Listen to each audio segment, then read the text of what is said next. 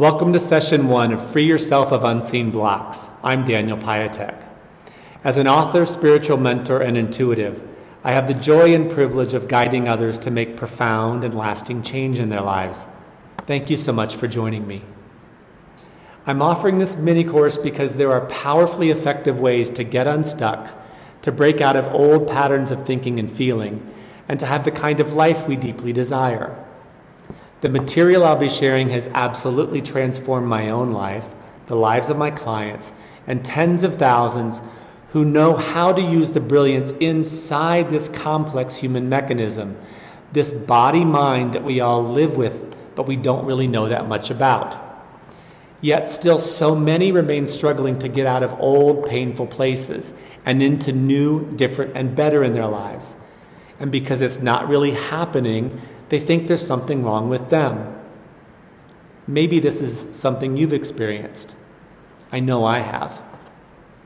It's natural that when you've tried every way you know how, and still there's something in the way of being who you want to be, or to getting what you truly desire, then heck, there must be something wrong with me. But it's just not true. Let me explain. So my goals for this mini-course are for you to understand why you're having the experience you're having, to help you to see that it's not you that's the problem, and for you to know and experience what you can do that will actually make a significant difference. Today's session is going to be about understanding why you're not getting to where you want to be, and to give you a sense of what's possible instead. And as a little bonus at the end of the session, I'm going to teach you a simple yet effective technique for how to deal with the experience of fear and anxiety when it arises. Okay, so what is it that you're dealing with in your life? Things like anxiety, depression, and overwhelm, incredibly common these days. Self-doubt, lack of confidence, also incredibly common. Feeling stuck, feeling like you just can't get to where you want to be in life. Or you feel like something deeper is calling you forward, but you don't know to where or how to get there. Or maybe you're stuck in repeating patterns of thought, stuck in emotions that won't go away, or situations in life that keep repeating over and over and over. So I would say that most of us experience most of these in our lives. And there are almost always hidden blocks which prevent us from being able to resolve them until we know how to. So what do most of us do in the face of these things? So there's a few different ways we tend to go. We can use our willpower and drive and just do our best, not let these things get in the way. We got life to live, bills to pay, kids to take care of. So we put our heads down and we just keep on going. Or we can seek out guidance and support. We take breaks, we get treatments, we do therapies, and things actually can and do often get a little better. Sometimes a lot better. But still, often we can't get to where we really want and need to be. Or third, we find ourselves getting out of bad situations that seem to be causing the problem, only to find out that before long we're still dealing with the very same thoughts, feelings, and challenges, but just in a new situation. So why is it that we can't get down to the root of what's causing the distress and actually make profound and permanent change in our lives? The good news is, it's not that there's something horribly wrong with you. You're not defective. It's just that you don't yet know enough about this incredibly complicated mechanism of being a human being and how it works. We live inside these bodies with our minds, thoughts, emotions, beliefs, all of it. And we don't know a lot about how this mechanism actually works. So then what's the way out? First, I'd like to share a few things with you that are critical to understand so that you can begin to look toward where you can actually make big shifts in your life and to make a difference. So I want to start out with a quote, and it's a quotation from a textbook called Cognitive Psychology and Information Processing. It says something that most of us know, or at least we sense on some level, but since we don't know how to deal with it, we just don't think about it. So here goes. Most of what we do goes on unconsciously. When thinking is conscious, it's the exception, not the rule. But because we cannot experience anything else, conscious thought seems to be the only sort of thought. It is not the only sort. It's the minority. So while we're operating with some significant limitations, apparently, they're only limitations if we don't realize it. Now you realize it. That one's handled. Secondly, if we don't know how to get around them, then it's a problem. But don't worry, I'm going to help you out with this one. So let me share with you 3 facts of what we're all up against, and we'll take this even deeper. First, intelligence is defined as our ability to get and use facts, information, and skills. It can be intellectual, emotional, practical, common sense, etc. There are many different kinds of intelligences. But 90 to 95% of our intelligence happens non-consciously. We're not aware of it. 90 to 95%. So how do we access this huge ability to get and use facts, information, and skills that lives in our non-conscious? 2, our conscious mind processes information at about 40 bits per second. Consciously, knowingly, we can handle 40 pieces of information every second. Our non-conscious mind, however, what's happening in the background, processes about 40 million bits per second. That's 1 million times more information every second. It processes 1 million times faster. Wow. So number 3, of the total amount of information that we actually perceive in any given moment through sight, hearing, smelling, tasting, touching, our brain can only consciously process about 2% of that information. Think about that. So 98% of the information that is actually coming in through our 5 senses, it's taken in and it's stored non-consciously, but it's not consciously available to us. Wow, wow, and wow. So all of this is really great news, right? You might be saying, doesn't sound so great to me. But no, really it is. Because it's not the end of the story. It's actually just the beginning of a brand new story. And this story has a happy ending. So it's all really great news because first, it shows that there are very real reasons why you're running into the roadblocks that you are. It's not because something's wrong with you. 2, there are parts of who we are, what I'm calling the non-conscious, which have a whole lot going on and have a whole lot of information that could be incredibly helpful. Now, if we could only access it and put it to use. Aha. So 3, there are ways to do just that. Ways to use this profoundly helpful information to our benefit and remove the blocks in our lives that live in our non-conscious. These are our hidden blocks.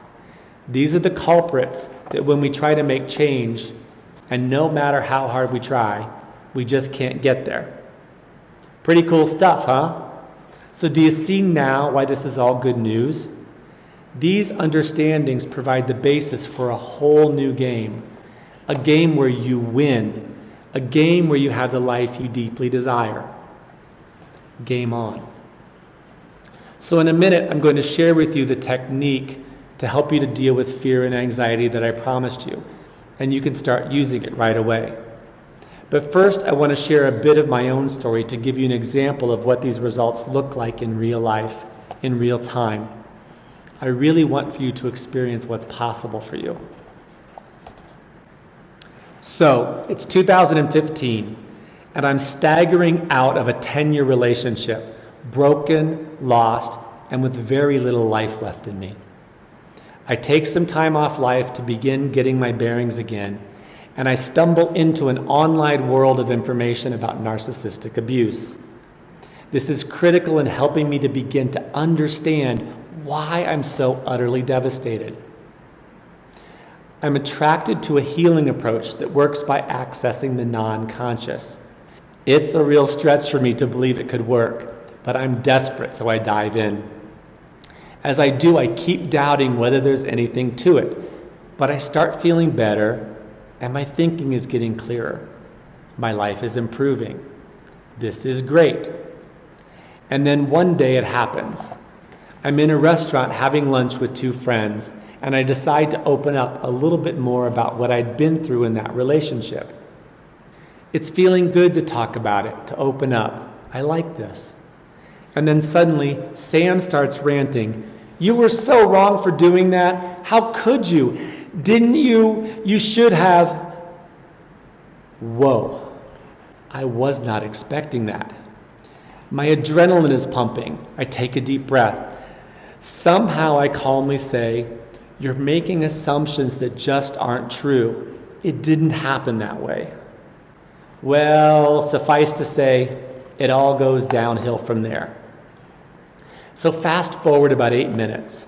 I'm walking out the restaurant, bill paid, and having told Sam that I refuse to be spoken to that way. We can talk later if he'd like, but I'll need for him to be open to hearing what I have to say. As I'm walking back to my apartment, the effects of the adrenaline start wearing off. I realize that I just had acted in a way I never acted before in my entire life.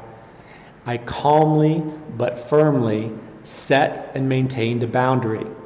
Heck, this is something I could not do in the 10 years of being in that horrible relationship. And I had just now done it automatically, without giving it a thought or having to get over any fears about how my behavior would affect Sam or Joe or how it would look to the others in the restaurant. None of it even came up in my awareness. I simply stood up for myself and did what was needed to be the person I wanted to be and to have the kind of life that I wanted for myself. It's at this moment, walking up 7th Avenue, that I realized that something had indeed been happening all along with this healing work below my ability to see it.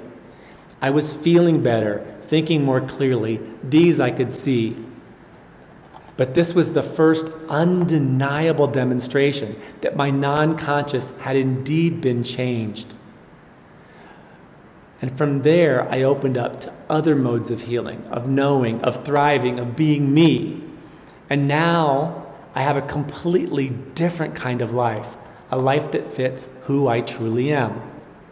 This is why I want to share this information, and this is why I do the work that I do.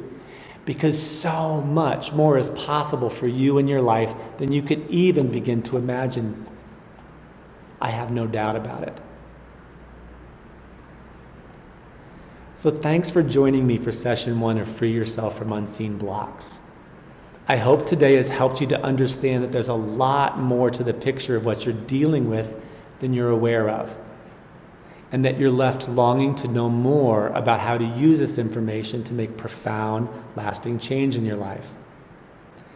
Now that you're starting to understand that there are indeed solutions that lie in your non-conscious, I want to share with you how to begin to access this unseen but very real dimension of who you are. So keep an eye out for session number 2 to be delivered to you soon. So now for that technique I promised you. When trying to make change, it's difficult to get very far when your nervous system and your hormones are running full steam.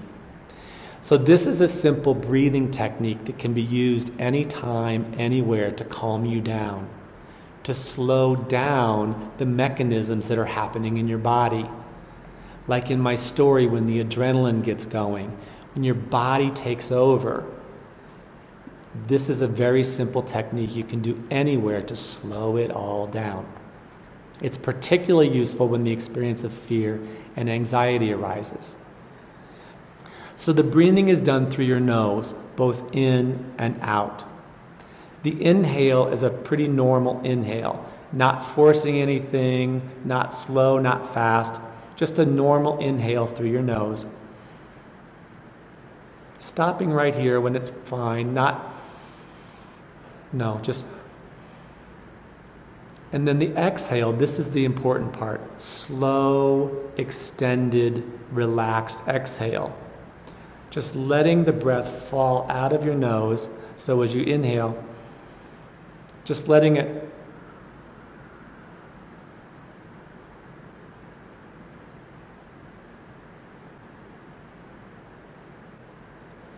and stop before you go.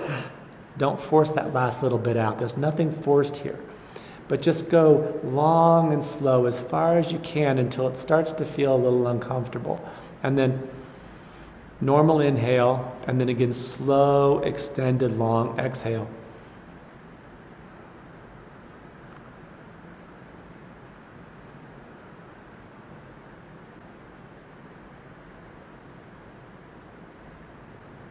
Beautiful. So now, the thing to add to that is as you're doing it, place your attention, your awareness on your breath. It can be helpful to put your awareness right here and feeling the air coming in and out. The idea here is it gives your mind also something to focus on, so that if your brain is going, your mind is going a little crazy while your body is also, it helps to slow all that down. So, normally, I'm putting my attention, okay, I'm feeling, okay, I need to chill out here. I need to slow down. All right, so I'm going to breathe. I'm going to do what Daniel told me to do. I'm going to breathe. So put your attention right here.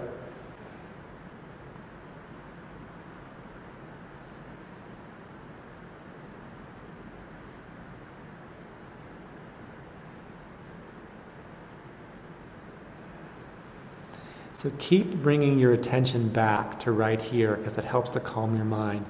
And just do it as long as you can. It's great because you can do it anywhere, everywhere, nobody knows.